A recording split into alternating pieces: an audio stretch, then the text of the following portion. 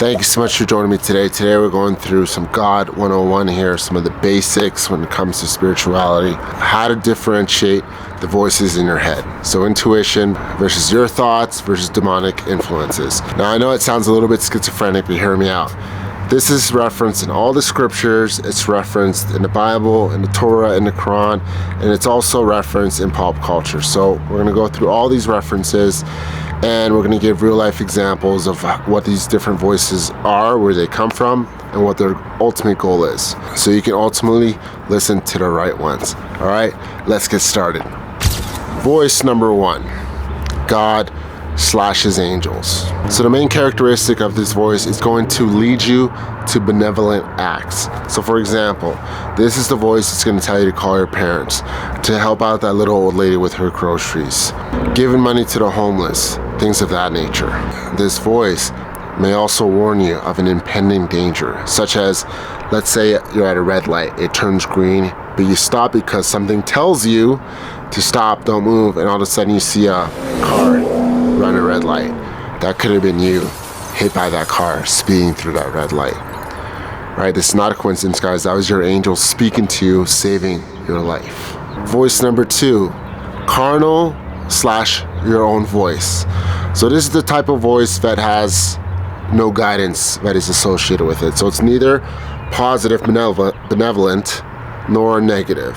So some examples of what this voice would say would be like, I'm tired, I'm hungry, gee, I wonder where my next vacation is. Do I want to go to Bali? Do I want to go to Europe? Right? These would be examples of the carnal voice that comes from our flesh, our fleshly desires. So why do we need this voice? Well, nonetheless, we do live on earth. This is very important for everyday function. Voice number three, satanic / demonic influence.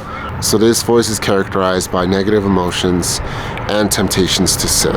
So some examples may include thinking negatively about someone even if you don't know them. Being jealous of someone, so thinking, oh gee, that person doesn't deserve that car, that person doesn't deserve that woman or man. Thoughts of hate as well as thoughts of self-loathing. Like you hate yourself, you're sad, you're always thinking about the past, worried about the future, things of that nature. So the main goal and the main characteristic of this voice is to destroy ourselves as well as to destroy others, tear other people apart. So ultimately, why am I making this video? It's because, guys, 6 years ago, roughly around 2018, when I first heard of this, I was working at a homeless shelter and we were trying to calm down this homeless guy that was having an episode. He's freaking out. And I remember this lady that we worked with, she was an older woman, but she was religious. And she told us as a group, that little voice that tells you to do good things, that's God speaking to you. I'll never forget that. That really sort of like planted the seed and opened me up to this other reality. And I'll never forget, that was really the moment when God planted the seed into my life. I became to the person who I am today, a person that's very close with God. So anyways, I hope you guys learned something today and you can teach this to other people, and ultimately it brings you closer to God. All right, thanks a lot, take care, peace.